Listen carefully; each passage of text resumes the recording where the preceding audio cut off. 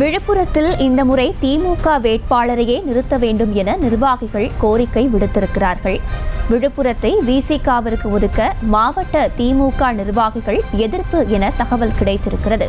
விழுப்புரத்தில் இந்த முறை திமுக வேட்பாளரே நிறுத்த வேண்டும் என மாவட்ட நிர்வாகிகள் வலியுறுத்தியிருக்கிறார்கள். விசிக எம்பி ரவிக்குமாரின் செயல்பாடு திருப்திகரமாக இல்லை என்பதால் இந்த முறை விழுப்புரத்தில் திமுக வேட்பாளரே நிறுத்த வேண்டும் என தகவல் வெளியாகியிருக்கிறது.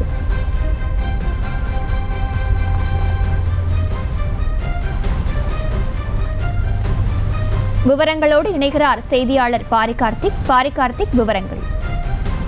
விழுப்புரம் நாடாளுமன்ற தொகுதி ஆலோசனை கூட்டமானது தற்போது அறிவாலயத்தில் நடைபெற்று வருகிறது. ஏற்கனவே திமுக சார்பில் அமைக்கப்பட்ட நாடாளுமன்ற ஒருங்கிணைப்பு குழுவுடன் ஒவ்வொரு தொகுதி வாரியாக ஒவ்வொரு நாளொன்றுக்கு என அடிப்படையில் அனைத்து தொகுதிகளுமே கிட்டத்தட்ட தமிழகத்தில் இருக்கக்கூடிய 40 தொகுதிகளுமே இந்த ஆலோசனை கூட்டத்தில் ஈடுபட்டு வருகிறார்கள்.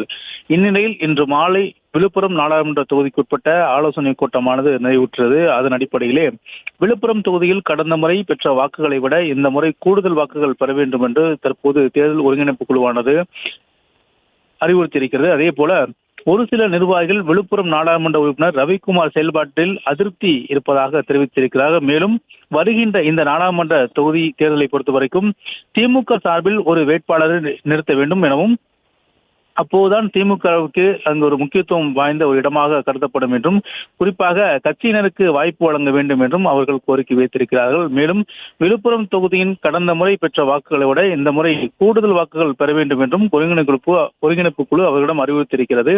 ஒவ்வொரு தொகுதிக்குட்பட்ட பல்வேறு நிர்வாகிகள் தங்கள் கோரிக்கைகளை தொடர்ச்சியாக தலைமையிடம் வலியுறுத்தி வரும் நிலையில் நேரடியாகவே விழுப்புரம் தொகுதியைச் சேர்ந்த நிர்வாகிகள் விழுப்புரம் தொகுதி இந்த முறை திமுகவுக்கு தான் நிறுத்த வேண்டும், மேலும் கூட்டணி கட்சிக்கு கொடுக்கக்கூடாது என்றும் தற்போது கோரிக்கையாக வைத்திருக்கிறார்கள்.